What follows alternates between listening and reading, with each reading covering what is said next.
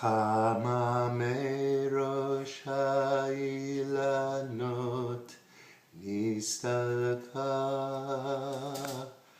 bohu v'neitzeh likrat Shabbat HaMalka Hinei yoredet HaKedosha Berucha Ve'im HaMalachim Tzva Shalom U'Menucha Boi Boi HaMalka Boi Boi. This is Ross Davis reporting from Yerushalayim on Erev Shabbat. I have the privilege of discussing the 95th chapter of Tehillim, a Perek that is familiar to all of you as the introductory chapter of the service at Kabbalat Shabbat. The Perek that begins with the words, L'chu Neranenah. Come, let us sing for joy, let us shout aloud.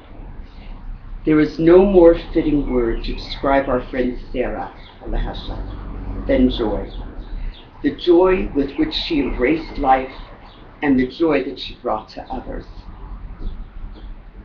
I purposely chose this chapter because my first memories of Sarah were when we were both fairly young campers in Camp Morasha. And to this day, my most meaningful Shabbat experiences emanate from the atmosphere that was created in that setting. So it seemed natural to want to remember Sarah through the prism of Shabbat, and specifically the Shabbat of Morasha.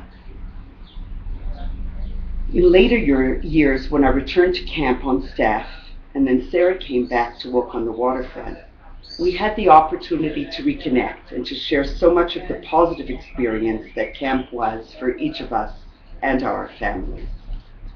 All that the others have said about her personality and sense of humor, her insight and her innate intelligence, all manifested themselves on a grand scale in the free and creative setting of camp. Sarah had a ready group of friends available for her commentary and her witticisms. She was surrounded by people, young and older, with whom she could share her innate enthusiasm and love for life. And each year brought a new group of young campers and staff, for whom Sarah was so novel and so unique that half the fun was watching them watch Sarah.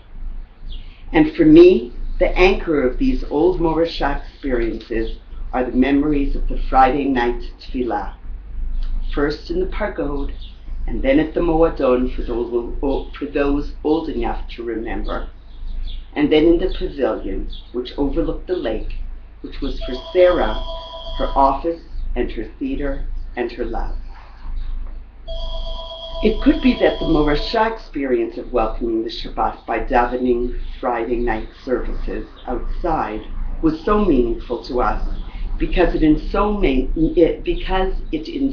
ways replicated the original Kabbalat Shabbat experience. The Talmud refers to sages who described donning their clothes to go out and welcome the Shabbat queen. By the 12th century, the custom had developed to welcome Shabbat by saying Psalm 92, Mizmor Shir L'Yom HaShabbat. In the late 1500s, this idea was developed further by the mystics in Tzfat.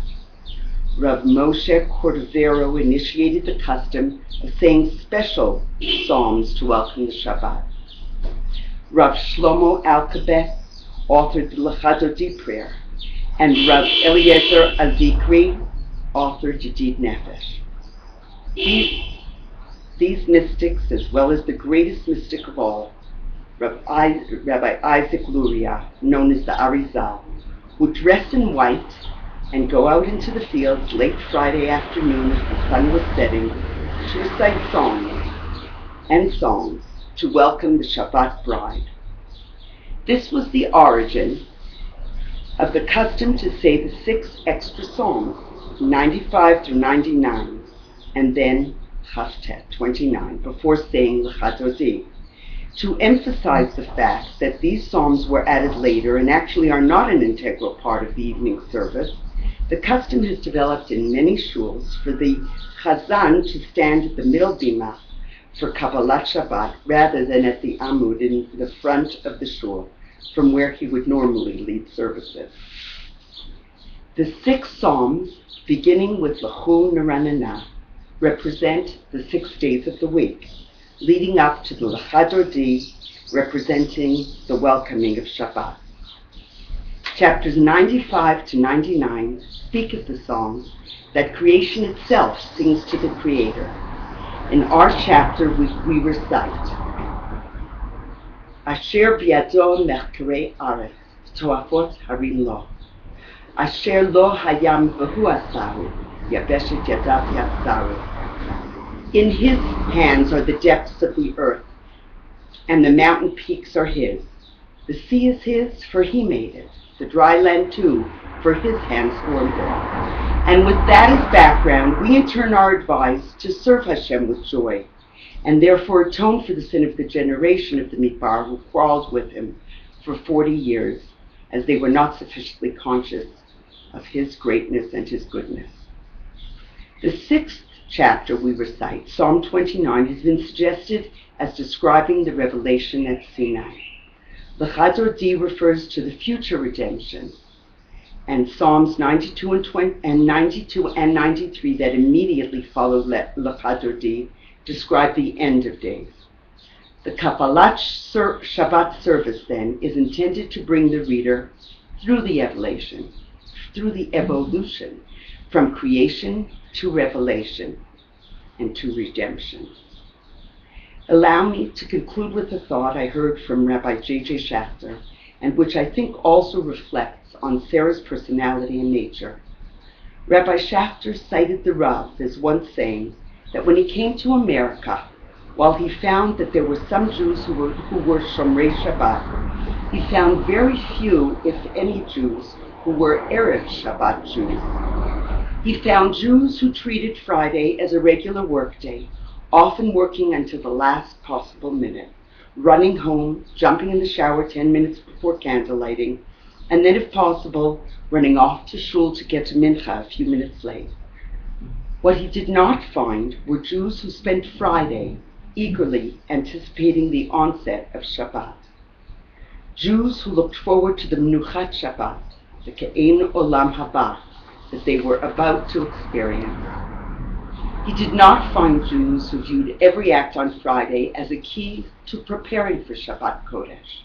He did not find an Erev Shabbat Jew.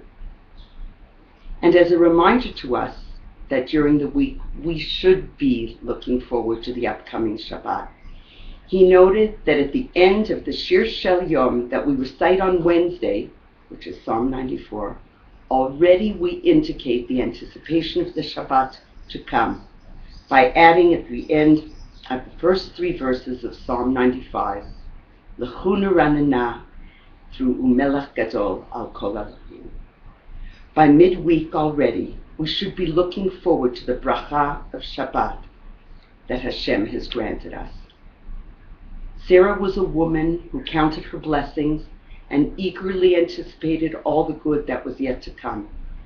And her attitude was infectious, because she made each of us who came into contact with her more appreciative of what we had and more excited about what was yet to come. Tehei Zichra Baruch. Shabbat Shalom.